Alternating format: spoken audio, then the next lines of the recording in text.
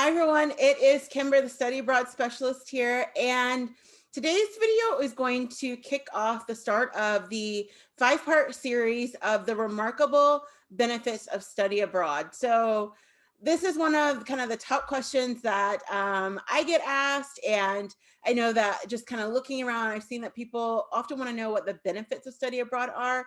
And as I always like to say, there is an infinite amount and unlimited to the sky. There's so many reasons, but I've gone on and picked 5 of the reasons that I think study abroad is beneficial to students, partly based on my experience and just based on kind of what I knew from other students. And so I'm excited to start this series and share them with you today. So in the video for part 1, we are going to be talking about the remarkable benefit of adventure.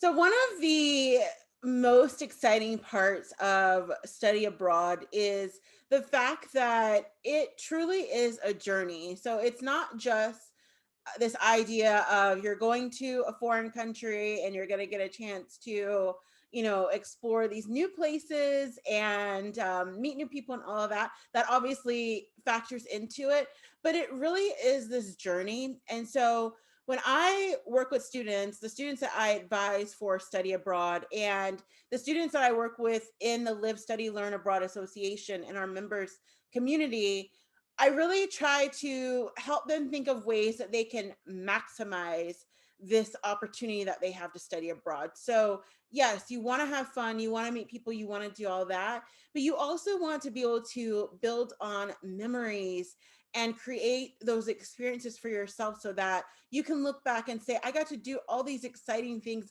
while meeting new people, while, like getting to learn a new language, while doing all of this. And a lot of that includes being, sort of independent and out of the box with your thinking of how you design your trip. So we're going to get into the first part of adventure that I think is very important for study abroad students.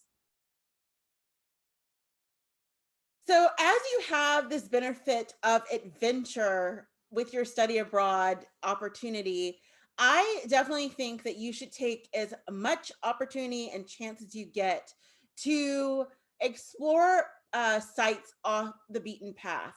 So a lot of times students think that, in order to do this, they have to, go on this really exciting backpacking trip somewhere, or they've got to, hop on the train and go somewhere. And that's what it means. But no, it's like, it's really important to think about the fact that wherever you're going to be traveling, so whether you are going to be studying abroad in, New York City, or in the state of Texas, or if you're going to be going to Antarctica or Fiji or Australia, it doesn't matter where you're going, that there's so much to see. And so you probably heard this term before, but it really is just about being a local tourist, a tourist in your own city. That's kind of where you want to start. And of course, like you're gonna, when you first get to a place, particularly if you've never been, you're gonna do all the touristy stuff. But then you want to sort of step off the beaten path and think about, where are some of the places that I could go that are not as common? Like you want to be safe, first of all. So don't like go to some remote island that, you shouldn't be at if you're going to be doing that. But you definitely want to, just do your research and look and see, like, are there places that are not as touristy that I could explore that would be really cool? Are there things that are related to my studies that I could check out? So I can give an example. When I was in London doing my second grad program, and we were currently in the module of brands, and our teacher had been talking about this place called the Museum of Brands. And at the time he was like, well, you can go there to kind of just do some research, look at what packaging looked like from different time periods. And to me, I was like, oh, like I love packaging, like the way that it looks. And so like I'm a packaging like nut. I can always tell when packages have been changed, and that's like the part of the branding that I really like. And so I was like, well, this sounds exciting, but I didn't really think, I was like, well, like there's a museum of brands, like whatever. And so I went over there, over to Notting Hill to see it. And I was just amazed at how exciting it was. It's a really tiny little place, so it's very unassuming, but I mean, the amount of information that they were able to pack in there, and you just get to see brands from, like what they looked like, back in 1800s, and then the 1920s, and then, like it's just like crazy to just kind of think about that and how like they've been able to restore that. And it was just so exciting to me, and it was related to what I was studying, so I really got into it.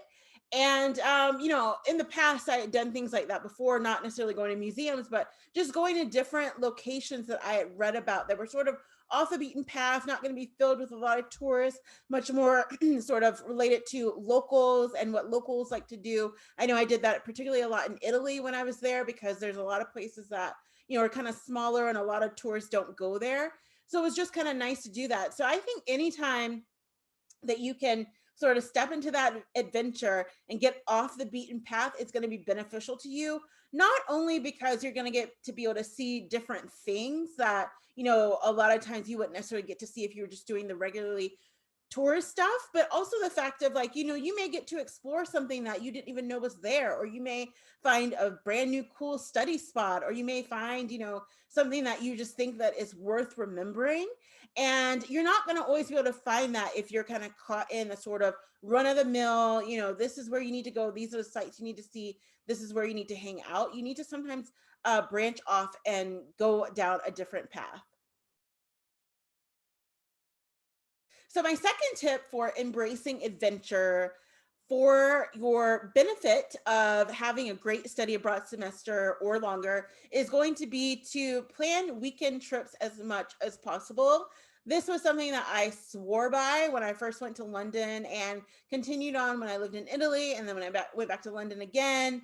And I have to admit, it is a little bit of an unfair advantage, because if you're going to be studying in Europe, particularly, it doesn't matter where, or in the UK, I shouldn't say Europe. I know that they're no longer part of the EU, but if you're going to be in that area, you have so much advantage, because you can just hop on a train and go someplace and, get to see things. If you're going to be coming here to the States, it's a little bit different in terms of you may not necessarily get to be able to get over to the next state as easily, but you can at least go to a different part of the state that you're in.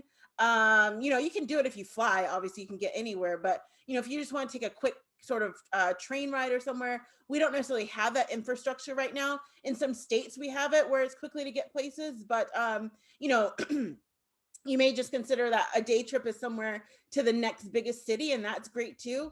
And then so on and so forth, depending on where you're going to be studying. But you definitely want to just plan for these day trips. Day trips are great. I love day trips because it's kind of just enough. The type of traveler that I am is typically 3 days is kind of my maximum for a vacation. I know that sounds crazy, but it's like, you kind of get excited to go, you get there, particularly if it's a new place, you're kind of go to see some things, and then like I'm kind of over it if I'm just going on vacation.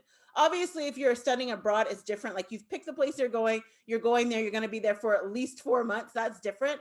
But when it comes to like vacations, the reason why I love the kind of day trips or the really short trips is because you kind of just get to see enough, and then you can leave, and then maybe if you want to go back again, you can.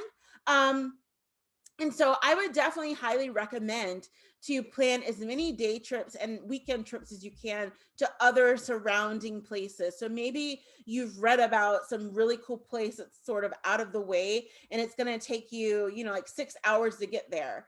Or whatever it's going to be. You just kind of get to see, sort of different sides of the place where you are. I mean, it makes a difference. For example, in Italy, when I was living in Florence, I got a chance to go to southern Italy, so down to Sicily, and that's completely different. It's a completely different world, and got to go to Milan, which is different than Florence, Rome, which is different than Florence.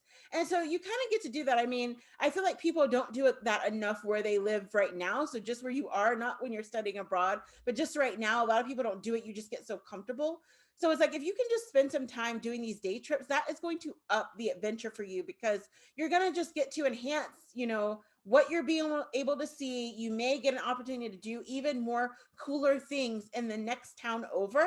And so just plan those trips as you go. That is going to help you advance your adventure and just add to the benefit of studying abroad and making the most of your semester away. So, number three, for adventure and the benefits that it brings to study abroad is, I would say that this one is a little bit closer to home. So this is really about sort of making it an integral part of your life. And one of the ways that you can kind of do this is you can be adventurous in a lot of ways. As I said before, it's not just about like, kayaking and, jumping off of buildings and things like that. When people think adventure, that's what they often see. But one of the ways that you can do it is you can make it part of your life by using things like cooking locally. So this was something that was really important to me and the people that I lived with when I lived in Florence, because we were kind of all new to Italian culture and really just wanted to integrate ourselves and assimilate ourselves into the culture. We had been learning the language, for quite some time before we arrived, and really wanted to sort of get started with understanding kind of what the baseline is for that culture. And I always like to say that every culture has a baseline and what is important to them.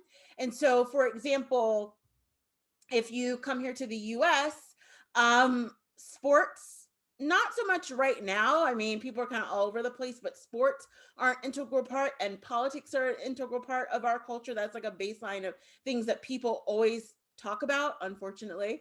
I won't go down that rabbit hole, but unfortunately, people are so ensconced in it all the time that it's such a huge part. But I would say that I just learned that in Italy, like food is something that brings people together. It's a huge part of the culture, and it sort of shapes everything that everyone does. So it's like, I talk about in a blog post that if you get a chance, and I have been blessed to do this several times, if you get a chance to get invited with with a traditional Italian family, to sit down for a 5-hour meal, it is a blessing, because it's something that is sort of out of a different world. It's like here in the States as an American, you do that for things like Thanksgiving or Christmas. But it's like a lot of times, and a lot of families in Italy, they do that every single night or every other night.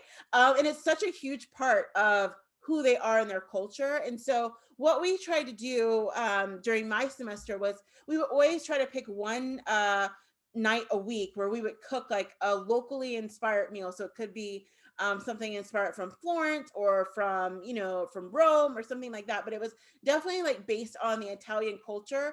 And so that meant that all the ingredients had to be, picked from, the local farmers market or wherever it was. It was nothing that was about process, because again, in the Italian culture, we wanted to pay homage to that. And it's all about sort of the fresh, like pure food from the local area. So you can do it, like that. I think that that's a good way to kind of do it, is to really like think about, like how can I sort of honor, the local area by cooking locally, or even if you're into alcohol, maybe drinking locally. Maybe every week you and your housemates, or just you and your friends or whoever, try like a new wine, and you're trying to just encourage each other to sort of get more involved with the culture that way. And again, it depends on where you're going and what is important to the culture, but that is a big way to do it. So as I mentioned, this is part of a 5-part series. So this is number 1. So there are 4 more to come, 4 more videos to come in these upcoming weeks to talk about the remarkable benefits of study abroad. So I really hope that this has been helpful, just to kind of think about, some of the ways that you can use adventure to sort of begin exploring your new host country, get involved with the local culture, and start making the most of this opportunity that you have been given. It is truly a blessing. It is a privilege to study abroad. It is not a right.